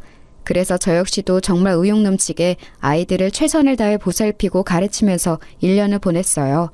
그래도 좋은 학부모님들과 인연을 맺으며 한 해를 보내고 나니 자신감이 생기더군요. 그 다음 해에도 그래서 조금 노하우가 생긴 상태로 조금 더 능숙하게 아이들을 가르칠 수 있었는데요. 2년 차에도 별 문제는 없었어요. 약간씩의 트러블은 있었지만 그래도 상식 내였고 제가 컨트롤할 수 있는 범위 내였거든요. 다른 선생님들도 많이 도와주시고 조언도 많이 해주시는 편이었고요. 그런데 문제가 이제 3년 차에 벌어지게 된 거였죠. 당시 3년 차에 처음으로 고학년 담임을 맡게 되었는데 그동안 저학년만 맡다 보니까 애들이 다 순했거든요. 아직 뭘 모르기도 하고 제가 타이르면 말도 잘 들었고요. 게다가 운 좋게 아주 좋은 학부모님들로 구성된 학급이었어요. 그런데 이제 그게 5, 6학년쯤 되면 애들이 머리가 커서 완전히 달라진다는 말을 다른 선생님들께 듣기는 했는데 체감은 못하고 있었던 거예요. 그런 와중에 덜컥 6학년 담임을 맡게 된 거였죠. 게다가 더 큰 문제가 있었어요. 사실 그동안 별로 안 좋은 평가를 받아왔던 문제 행동을 벌였던 아이들이 있었는데 그 아이들이 학급을 구성하다 보니 한꺼번에 셋 정도가 한 반에 들어가게 된 거였어요. 그리고 저 연차에 아무것도 모르는 선생님이었던 제가 그 반을 맡게 된 거였죠. 고 연차인 선생님들은 이미 학교 사정을 다 아시고 어떤 애들이 골치 아픈지를 다 아시니까 그 학급을 안 맡으려고 다들 버티셨거든요. 그런데 저한테 이제 그 일이 밀려온 거였죠. 아직 아무것도 모르고 저학년 아이들 그래도 나름 별탈 없이 2년 동안 잘 가르쳤고 그랬으니 저 연차 젊은 여선생님한테 골치 아픈 애들을 그냥 떠맡겨버린 거였어요. 저는 사실 그것도 모른 채로 처음 만난 고학년이니 정말 잘 준비해서 가르쳐야겠구나 하면서 준비를 열심히 했었죠. 새학기가 되어 처음 교실에 들어갔는데 애들이 난장판이더라고요. 원래 애들이란 쉬는 시간에 선생님 없을 때는 난장판인 게 당연하니까 저는 그냥 그러려니 했어요. 그리고 모두 앉으라고 이제 수업 시작하겠다고 이야기를 했죠. 그런데 몇몇 애들을 제외하고는 애들이 조용하지를 않는 거예요. 제 말도 안 듣고 그냥 자리에 서서 계속 떠들고만 있어서 선생님이 들어온 줄 모르나 하고서 좀 소리를 높여서 애들을 불렀어요. 애들아 이제 좀 조용히 하고 수업 시작하자 이런 식으로 이야기를 했죠. 그랬더니 반 애들이 저를 쓱 돌아보는데 좀 귀찮다는 눈길 있죠? 그런 식으로 돌아보더군요. 저학년 애기들한테서는 한 번도 받아본 적 없는 시선이라서 저는 좀 충격을 받기도 했습니다. 그런데 겨우 시선 가지고 애들 타박할 수는 없는 노릇이라 그냥 서서 애들이 간신히 자리에 앉는 꼴을 보고 있었죠. 그중에 유달리 한 애가 느적거리면서 늦게 자리로 가서 앉더라고요. 앉아서도 계속 다리를 떨고 책하고 공책을 집어던지면서 중얼중얼대고요. 솔직히 저는 그 애가 요새 문제되는 발달장애라도 가진 아이인 줄 알았어요. 하지만 제가 이 반을 맡을 때 그런 특성을 가진 아이는 없다고 알고 있었고 전달받은 바도 전혀 없었거든요. 그래서 좀 수상해서 걔를 자세히 들여다보고 있었죠. 첫날은 어찌어찌 지나갔는데 바로 그 다음날부터 시끄러워지기 시작했어요. 다음날 제가 수업에 들어가니까 애들이 여전히 떠들고 있더라고요. 그래서 다시 자리에 앉으라고 이제 수업 시작한다고 제가 소리를 좀 높였어요. 그런데 애들이 왁자지껄 떠들고 있으면 제 목소리가 충분히 안 들릴 때도 많이 있거든요. 그래서 하도 앉지 않기에 조금 더 크게 말을 했었죠. 그날도 애들이 귀찮다는 듯한 얼굴을 하고서는 미적거리면서 자리에 가서 앉았어요. 그런데 몇몇은 아예 제가 왔다는 사실을 알고 제 얼굴을 보고서도 교실에 서서 계속 저희들끼리 장난을 치고 있더라고요. 심지어 그 와중에 한 애는 교실 바닥에 찍찍 침을 뱉어대고 있었어요. 저는 애들한테 다가가서 화가 나는 것을 참고서 조용히 지시했습니다. 자, 애들아, 이제 수업 시작할 텐데 자리에 가서 앉아야지. 싫은데요? 순간 저는 귀를 의심했습니다. 아무리 요즘 애들이 건방지다고는 해도 초등학생이 이런 식으로 선생님한테 말대답을 할 수 있다니 믿을 수가 없었어요. 아무리 고학년이라고는 해도 아직 중학교도 들어가지 않은 아이들이었는데 말이죠. 자리에 앉아야 해요. 그래야 친구들하고 같이 공부를 하지. 하지만 어쨌든 요즘은 안 좋은 말로 꾸중이라도 하면 학생들이 도리어 선생님한테 반발한다는 것을 알고 있었기 때문에 저는 좋은 말로 타일렀습니다. 그렇게 건방진 아이들이 이런 말에 제대로 순응할 거라는 기대는 저도 하지는 않았지만요. 싫은데요? 저 여기 서서 들을 건데요? 제 마음대로 할 건데요. 선생님이 뭔데 저한테 자리에 앉아라 말아요? 그 애는 숨도 쉬지 않고 저한테 따발총처럼 건방지게 말을 쏴댔습니다. 학교 애들이 전부 못된 건 아니었어요. 얌전하고 착한 애들은 놀란 채로 저와 그 학생의 눈치를 보고 있었죠. 하지만 그의 주변으로 하필 그 품행이 바르지 않은 애들이 모여 앉아 있어서 걔네들은 제 얼굴을 보면서 희죽이고 웃고 있었어요. 제가 당황해서 얼굴이 굳어지는 반응을 즐기는 게 뻔했죠. 저는 겨우 교사로 일한 지 3년째 된 어린 선생님이었고 학생들이 이렇게 노골적으로 반항하는 것을 처음 겪어서 너무 당황했어요. 글쎄 이걸 교사 자질이 없다고 말씀하실 수도 있겠지만 누구든 교사라는 직업의 경험치를 다 쌓은 후에 교사가 되는 것은 아니거든요. 저도 당시 저연차 교사로서 아이들에 대한 경험이 무척 적은 상황이었고요. 솔직히 그러면 안 되는데 저는 저도 모르게 목소리가 높아졌어요. 선생님한테 그렇게 말하면 안 되는 거야. 버릇없이 이게 무슨 말버릇이니?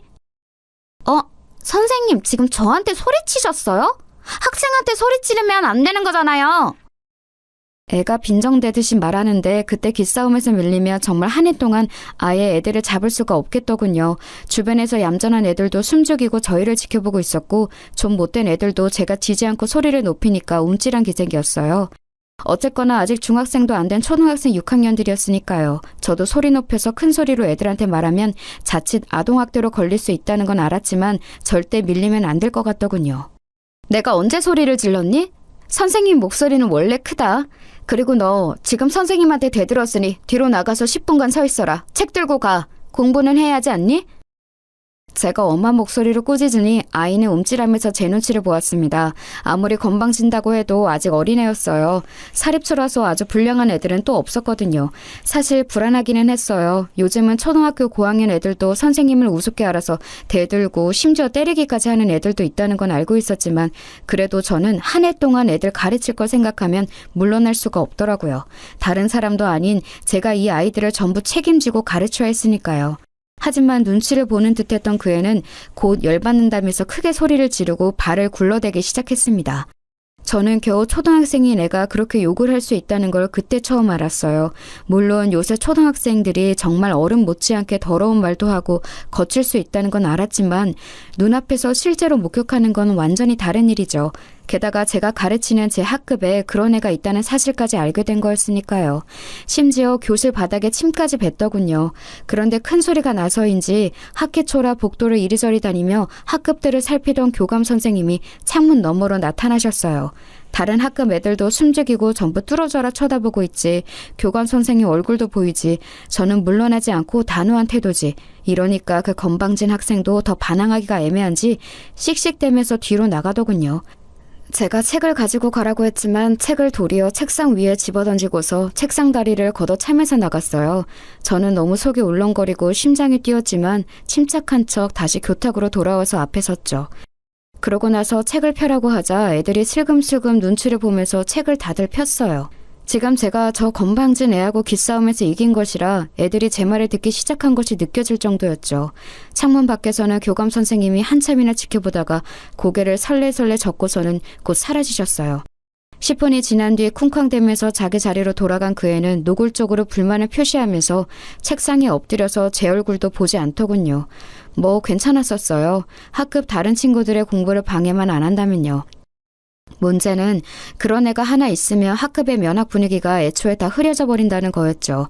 순하고 모범적인 대다수의 학생들이 그렇게 마음대로 멋대로 행동하는 아이 두세 때문에 공부도 하지 못하고 선생님에게 제대로 된 지도도 받지 못한 채로 피해를 보는 경우가 많거든요. 그래서 저는 그 애를 비롯해서 아까 저한테 빈정대는 눈길을 한 3명한테는 절대 기싸움에서 밀리면 안 되겠다는 생각이 들었어요. 사실 선생으로서 학생하고 기싸움을, 심지어 초등학생하고 기싸움을 이겨야 한다는 생각을 하는 게 너무 한심하긴 했습니다만 그렇다고 해서 여기서 밀릴 수도 없는 일이었죠. 그렇게 그날 수업이 모두 끝나고 나서 애들 가고 난 후 제 뒷정리를 하고 있는데 교감 선생님이 저를 부르시더군요. 손 선생, 내가 아까 지켜봤지만 앞으로는 그렇게 하면 안 돼. 무슨 말인지 알죠? 네? 어떤 거요? 아까 애한테 소리친 거 말이야. 걔 부모님이 좀 그런 분이거든. 언제 어떤 것으로 물고 늘어져서 1년 내내 골치 아프게 할지 모르는 일이라서 그래. 하지만 그렇게 하지 않으면 걔가 학급 분위기를 다 망칠 텐데요. 1년 내내 다른 애들이 피해를 정말 많이 볼 거예요. 걔가 들어간 학급은 어쩔 수가 없어요. 여태까지 계속 그래왔으니까. 그냥 손 선생도 포기하고 걔는 하고 싶은 대로 하게 내버려두는 게 좋아. 교감 선생님은 걱정스러운 얼굴이셨어요. 하지만 동시에 저는 교감 선생님 표정에서 긁어 부스럼 만들지 말아라 라는 의미도 읽을 수 있었죠. 그냥 걔를 내버려두기만 하고 6학년이니 딱 1년만 참으면 졸업시켜서 잊어버릴 수 있다는 뜻이기도 했을 거예요.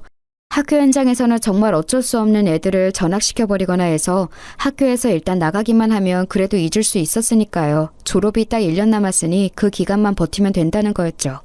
하지만 저는 그럴 수는 없었어요. 그 건방진 학생 자신도 사실 문제죠. 아무리 건방을 떤다고 해도 겨우 초등학교 6학년생이잖아요. 지금 버릇을 고치면 그래도 향후 인생을 살아갈 때 많은 도움이 될 텐데 시도도 안 해보고 항복한 채로 그냥 포기해버릴 수는 없었어요. 게다가 제가 아주 저연차 교사였고 나름대로 청운의 꿈을 꾸고 있던 때였기에 더 그랬죠. 게다가 그 애를 그냥 두면 학급의 얌전한 아이들도 완전히 흐려진 분위기 속에 처할 게 뻔했고 어떤 아이들은 그 버릇을 닮아서 더 나빠질 수도 있었어요. 일단 저는 교감 선생님한테는 그냥 고개를 끄덕이고서 나왔지만 그 다음 날도 또 그 다음 날도 그 애한테 져주지 않았어요. 그 건방진 애는 사사건건 저한테 맞서면서 저를 선생 취급도 하지 않으려고 들었죠. 어떤 때는 저한테 말대답을 하고 어떤 때는 대놓고 무시하면서 책도 펴지 않고 들은 척도 하지 않았었는데요. 그래도 저는 일단 교감 선생님이 하신 말씀도 있기 때문에 소리는 높이지 않았지만 일단 아이 앞에 앉아서 저를 쳐다보고 말을 들을 때까지 차분하게 계속해서 지시했어요. 그 때문에 다른 아이들이 제대로 공부를 배우지 못해서 피해를 입었지만 그래도 학기 초에 애를 잡아놓는 게 분명히 나을 거라고 생각되어서 별다른 도리가 없더라고요. 그런데 그러다가 제가 결국 목소리를 높이고 화를 내게 된 사건이 터졌죠. 그 애가 몰카를 찍으려고 덤빈 거였어요. 제가 치마를 입고 왔을 때 노골적으로 제 치마 밑으로 핸드폰을 넣어서 촬영하려고 들었거든요. 믿어지세요? 겨우 초등학교 6학년생이 그런 짓을 하더라고요. 제가 살짝 교실을 걸으면서 가르치고 있었거든요. 그런데 맨 앞줄에 앉은 그 녀석이 슬쩍 발을 내밀어서 제 쪽으로 뻗더라고요. 저는 그런가 보다 하고 그냥 애들을 보면서 시선을 위로하고 있었는데 다시 돌아서 앞쪽으로 가려다가 밑을 보게 된 거예요. 그 애 녀석이 운동화에다가 핸드폰을 붙여서 제 치마 아래쪽으로 넣어서 촬영을 하고 있더라고요. 저는 저학년을 가르칠 때는 진짜 상상도 못했던 일이라서 순간 열이 뻗쳐서 말이 안 나올 정도더라고요. 저한테 발각된 주제에 그 녀석은 난처해하지도 않고 빙글빙글 웃으면서 핸드폰을 슬쩍 지 쪽으로 가져가는데 제가 빼앗아 버렸어요. 그랬더니 걔가 그러는 거예요. 선생님 핸드폰 주세요. 지금 제 물건 빼앗아 가는 거예요? 너 이게 무슨 짓이야? 지금 뭐 찍은 거야? 너 제정신이니? 저도 모르게 목소리가 있는 힘껏 높아져 있었죠. 네, 물론 아동한테 큰 소리를 내서도 거친 말을 해서도 안 되는 게 교사의 본분인 것은 알아요. 하지만 이런 상황에서 도저히 침착함을 유지할 수가 없었죠. 게다가 저도 당시에는 겨우 20 중반 갓 벗어난 저연자 교사였고 그 애는 덩치가 커서 거의 고등학생처럼 보일 정도인 애였어요. 제가 얼굴이 새빨개지도록 화를 내는데 그 녀석이 그러더군요. 그 핸드폰 내 거고 내가 찍은 것도 내 거예요. 선생님이 건드릴 권리 없어요. 핸드폰 내놔요. 초등학생 어린애가 딱 저렇게 말을 하더라고요. 진짜 정말 닳고 다른 고등학생 양아치 같은 말투라서 순간 정신이 혼미해지더군요. 저는 빼앗은 핸드폰을 그대로 들고 가서 파일 안에 쑤셔 넣었어요. 뒤에서 그 애녀석이 쫓아오면서 핸드폰 내놓으라고 악을 질러대었고요. 안 된다. 너 이거 찾고 싶으면 부모님 오시라고 해. 선생님 치마 속까지 찍으려고 하는 너 같은 학생은 부모님하고 면담을 해야겠다. 최대한 침착하게 말을 하려고 노력했습니다. 정말 노력 많이 했어요. 하지만 목소리가 떨려 나오는 걸 막을 도리가 없더라고요. 어지간한 청소년만큼 커다란 덩치의 남자애가 씩씩대면서 저를 때리기라도 할 것처럼 바짝 붙어서 발을 굴러대는데 제가 진짜 제정신인가 싶었고요. 당연히 반 전체 분위기도 엉망이었지만 저는 미안하게도 학급 아이들을 신경 쓸 겨를이 없었어요. 당장 제가 지금 학생한테 치마 속을 찍히는 짓을 당한 터라 손까지 떨려왔기 때문이었죠. 그 녀석은 저를 때리기라도 할 것처럼 씩씩대면서 제 코앞에서 왔다 갔다 하더니 곧 쾅 하고 교실 문을 박차고 나가버렸어요. 정말 선생님이나 같은 학급 친구들에 대한 배려나 존중이라고는 손톱만큼도 없는 애였죠. 심장이 쿵쾅거리면서 뛰었어요. 겉으로는 멀쩡한 척하려고 어찌나 애를 썼는지 손이 후들거리면서 무릎이 떨리더군요.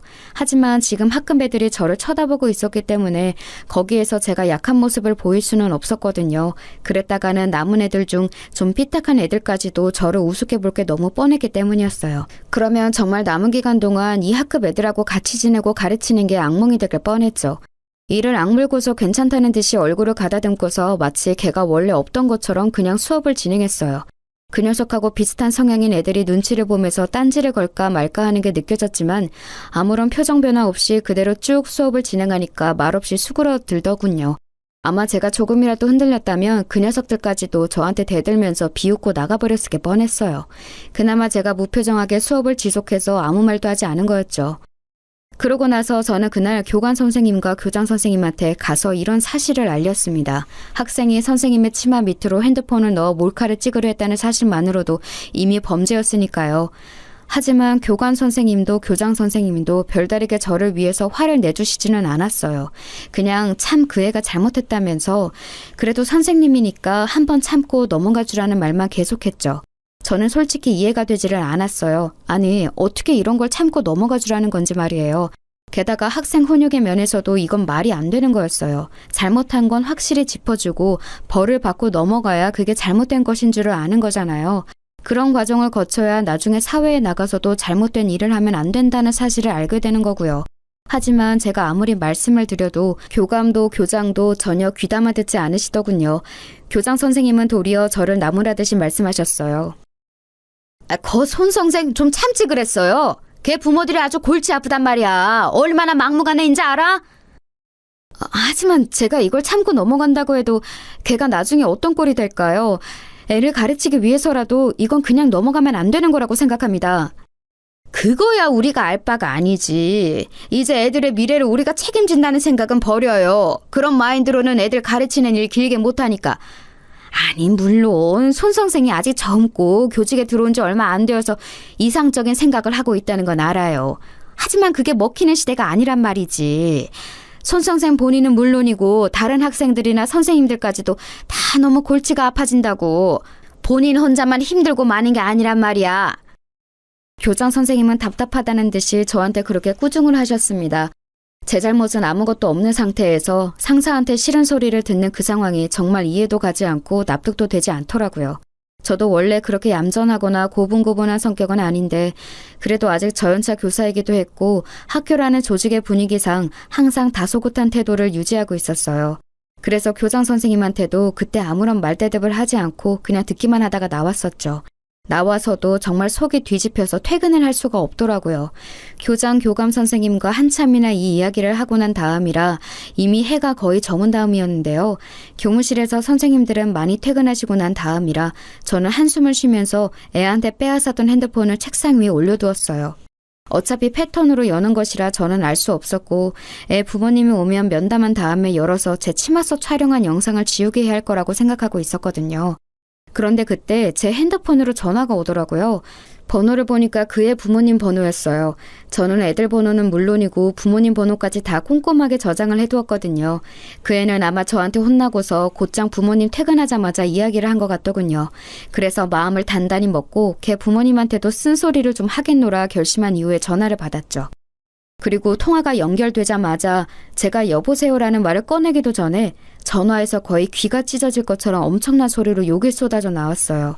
아마 들어보지 못한 분들은 잘 모르시겠지만 전화기를 통해서 그 아기가 가득 눌러 담긴 상대방의 욕설이 저한테 쏟아지는 걸 들으면 거의 정신이 멍멍해질 정도예요. 저는 핸드폰을 들고서 대체 이게 뭔가 싶어서 멍하니 있었어요. 제가 알아들을 수 있는 말은 맨 끝에 문장 하나 정도였죠. 네가 교사면 다야? 너 내가 내일 학교 가서 죽여버릴 테니까 그렇게 알아. 신경질적인 남자 목소리였습니다. 보통은 어머님이 먼저 전화를 하시고 그 후에 면담이 잘 진행되지 않으면 아버님께 전화를 드리는 경우가 많았는데 이번에는 먼저 애 아버지가 먼저 전화를 한 거였어요. 정신이 멍멍해서 대답도 제대로 못하고 있는데 그대로 전화가 끊어지더군요. 저는 멍청한 상태로 앉아 있었어요. 다시 전화를 해서 사정을 설명을 하고 이야기를 나눠보아야 할 것 같은데 도저히 그럴 수가 없더라고요. 그렇게 일방통행으로 욕설을 얻어먹었는데 바로 정신이 차려질 리가 없지 않겠어요?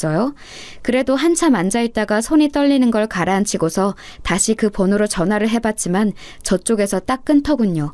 몇 번 더 해봤지만 계속해서 끊어버려서 저는 결국 아무것도 하지 못한 채로 퇴근을 할 수밖에 없었어요. 가족과 함께 살고 있었기 때문에 제 얼굴이 어두운 걸 보고 엄마가 급히 따라오면서 대체 무슨 일이냐고 물으셨죠. 아, 너 왜 그러니? 무슨 일 있어? 얼굴이 너무 안 됐다. 별거 아니에요, 엄마. 그냥 좀 피곤해서. 애들이 말 안 들었어? 뭐 과일이라도 깎아줄까? 괜찮아요. 필요하면 이야기할게요. 저희 엄마는 가정주부로 평생 살아오신 분이라 굉장히 심약하셨거든요. 그러니까 제가 겪은 일을 그대로 말했다간 거품 물고 넘어가시게 뻔해서 그냥 제가 입을 다무는 쪽을 선택했던 거였죠. 저희 아빠는 또 다혈질이셔서 이런 일이 생기면 화를 내실 거라 제가 말하지 않는 게 나았고요. 사실 우리 부모님도 나 보호하려고 애쓰셨었지 싶어서 마음이 조금 가라앉았습니다. 부모들은 항상 아이가 학교에서 혼나고 오거나 친구들과 싸우고 오면 마음이 불안정해지기 마련이죠. 아마 그의 아버님도 그런 게 아니었을까 싶었어요.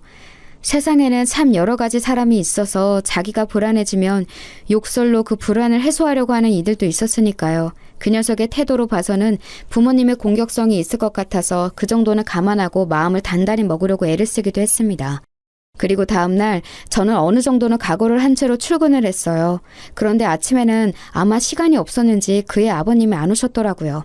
그 녀석은 아무 기색도 없는 채로 출석해서 앉아 있었고요. 그런데 눈길도 안 마주치고 고개를 이리저리 팩팩 돌리는 꼴이 전혀 반성한 기색은 아니었죠. 아마 오후나 퇴근 이후에 오지 않을까 싶었을 때였어요. 딱 점심시간 직전인 시간이었는데 끝나기 거의 20분 전쯤 갑자기 교실 문이 벌컥 열려서 정말 깜짝 놀랐습니다. 제가 놀라서 돌아보니까 거기 어떤 중년 남자가 시근덕대면서 서 있더군요. 저는 누구냐고 물으려다가 직감적으로 그 사람이 그 녀석 아버님이라는 사실을 눈치챘어요. 오늘 이렇게 갑자기 찾아올 만한 사람은 그 아버님밖에 없었으니까요. 아버님, 혹시 오늘 면담하러 오셨나요? 지금 수업이 아직 안 끝났으니 조금 기다리셔야... 제가 그렇게 말을 하는데 그 학부모님을 기다리지 않고 그냥 교실로 성큼성큼 들어오시더군요. 그러더니 제 멱살을 잡고 다짜고짜로 밀치셨어요. 저는 너무 창졸간에 일어난 일이라서 비틀거리면서 뒤로 거의 넘어질 뻔했는데 다행히 교탁을 잡아서 넘어지지 않을 수 있었죠. 그대로 넘어졌다면 아마 크게 다쳤을지도 몰랐는데 어떻게든 중심을 잡아서 간신히 서 있었어요. 그런데 그 아버님은 거기서 그치지 않고 교탁을 발로 차면서 소리를 질러대더군요. 네가 선생이면 다야, 어? 야, 네가 내 아들 핸드폰 뺏어갔어? 그거 너 강도질이야, 알아? 네가 무슨 권리로 애 핸드폰을 빼앗아가? 너 공산당이야, 어? 남의 재산을 왜 손을 대? 그 아버님은 정말 말도 안 되는 소리를 하면서 목에 핏대를 세워가면서 소리를 질러댔습니다. 저는 그 아버님이 들어오자마자 제 멱살을 잡고 밀쳐서 놀라 손발이 떨리는 와중에 마구잡이로 고함까지 질러대니 견딜 수가 없었어요. 제 나이 겨우 20 중반 조금 넘었을 때였는데 저연차 교사가 감당하기에는 힘든 일이었죠. 학급 아이들이 전부 다 놀란 눈으로 저를 쳐다보고 있는 가운데 그 녀석은 저를 비웃는 얼굴로 빙글빙글 웃으면서 쳐다보고 있더군요. 그리고 그 녀석 주변으로 앉은 비슷한 놈들도 희죽거리면서 쳐다보고 있었고요. 정말 머리가 아득해지는 기분이었어요. 그리고 너 뭐 애한테 소리를 질렀다며? 야, 너 그거 아동학대인 거 알아? 죽을라고 이게 확. 내가 너 고소해서 교사 잘리게 만든다. 알아? 이런 게 선생이랍시고 자리 보존하고 앉아가지고 애한테 소리나 지르고 말이야.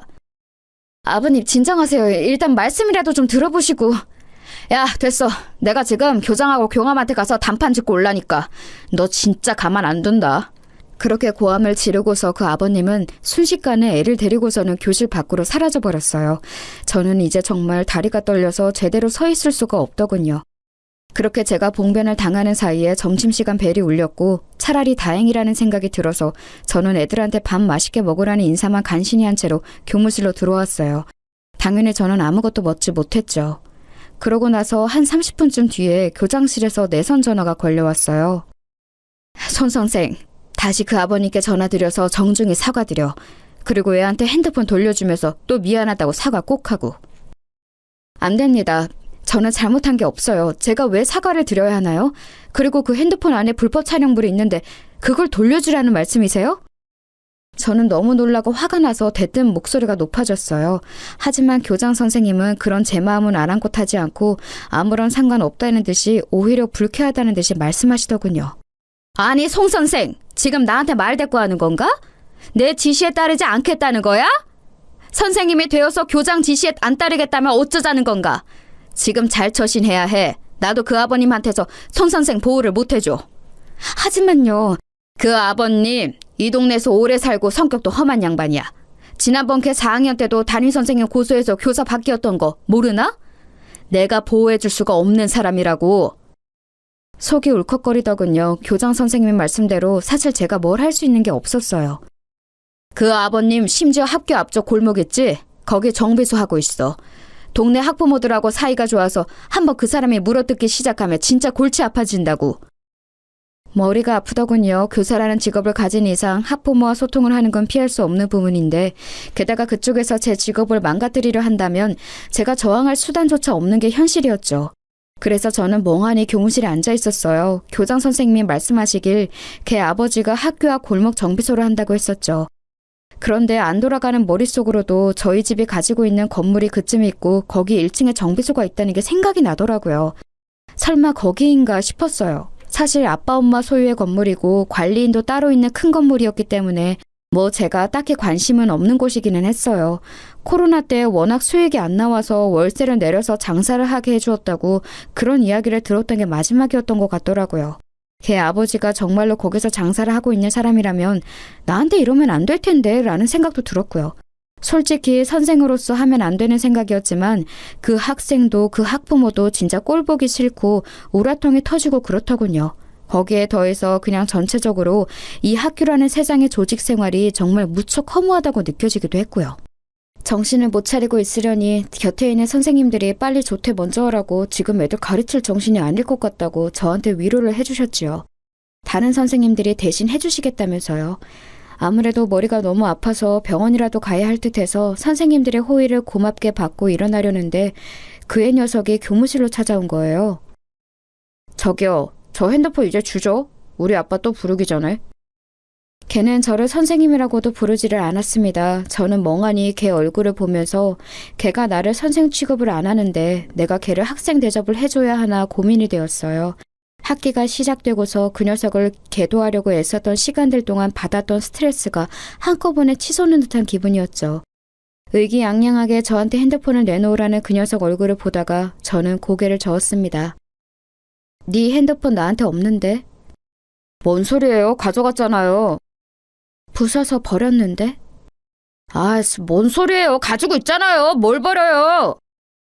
걔는 당황하면서 저를 몸으로 밀치고 제 책상 서랍이 열려고 했어요. 그때 옆자리에 있던 선생님이 몸으로 얼른 끼어들면서 걔를 막아섰었죠. 아, 뭐 하는 거니? 지금 너 다른 사람 물건 막 만지는 거야? 돌아가서 그냥 네 부모님하고 상의하고 다시 와. 선생님이 다 생각이 있으시겠지. 그리고 교무실에 있던 선생님들이 모두 같이 저희 쪽을 바라보셨어요. 많은 숫자의 시선이 있으니 과연 그 녀석도 더 행패는 못 부리고 씩씩거리다가 아빠 다시 올 거예요 라는 한마디만 남기고는 사라져버렸죠.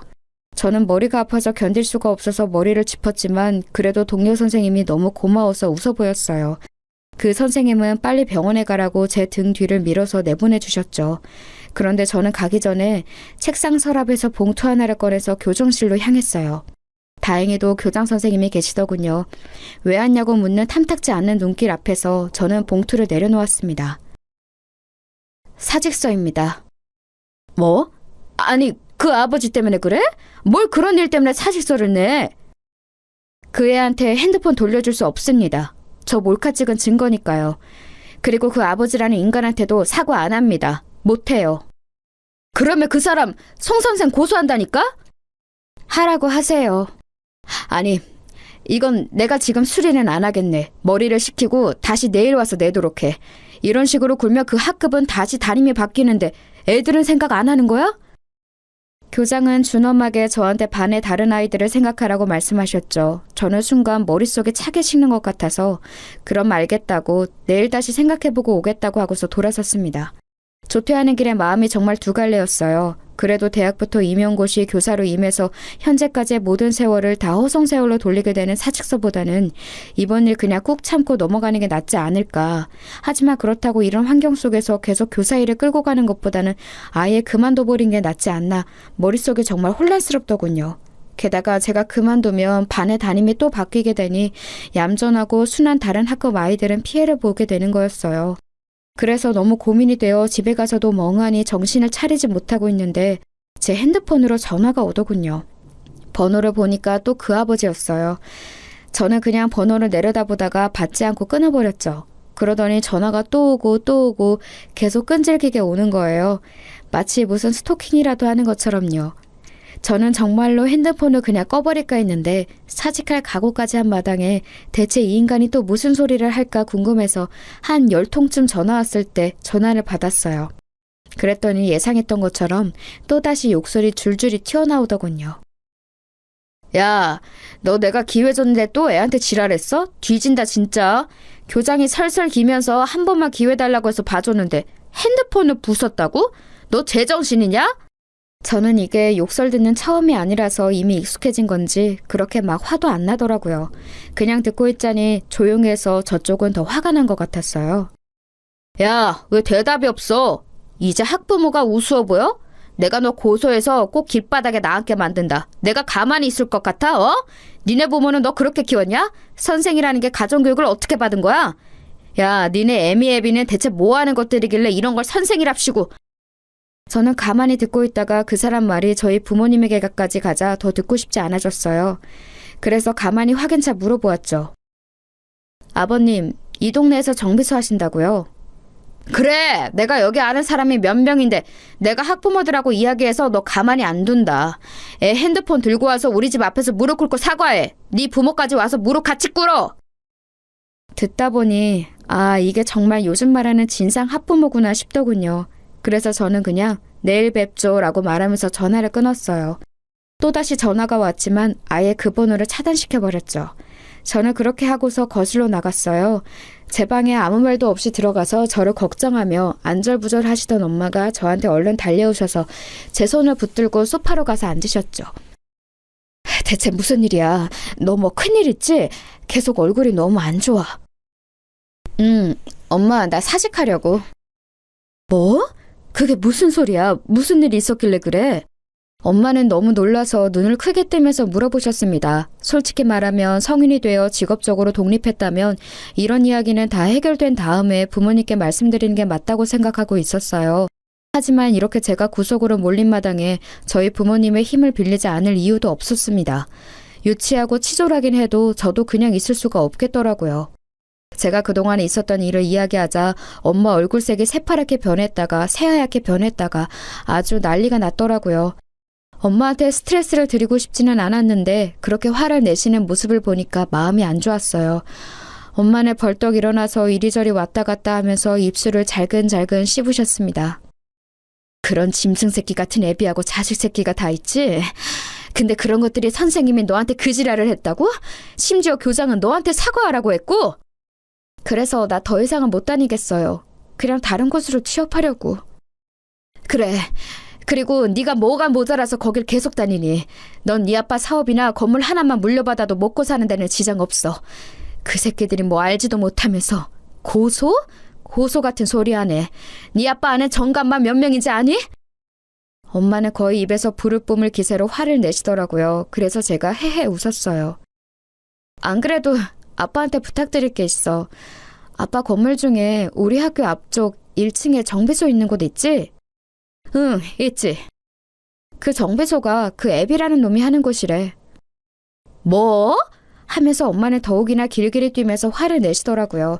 사실 그럴 수밖에 없었어요. 엄마가 하시는 말씀을 들어보니 그 정비소는 코로나 때부터 쭉 장사가 안 되어서 그때 한번 임대료를 내려주었고 요즘은 더욱이나 어렵다고 하도 우는 소리를 해대서 한 번도 내려줬다더라고요. 심지어 요 몇 달간 그것도 제대로 내지 못했는데 하도 사정을 해서 아빠가 그럼 경기 회복되면 그때 갚으라고 도촉도 안 하고 계신데요. 그런데 그렇게 사정을 다 봐주고 있는 인간이 학교에서는 완전히 얼굴을 바꿔서는 담임교사한테 지랄을 떨어대고 있었던 거였어요. 세상에, 난 정말 그 사람이 그럴 줄은 몰랐다. 엄마는 너무 어처구니가 없다는 듯이 말씀하셨어요. 그 인간이 부모님께 사정을 할 때는 그렇게 세상에 없이 가련하고 가엾은 가장처럼 말했다고 하시더라고요. 애가 둘에 아내도 아픈데 장사가 안 되어서 너무 힘들다고 제발 한 번만 봐달라고요.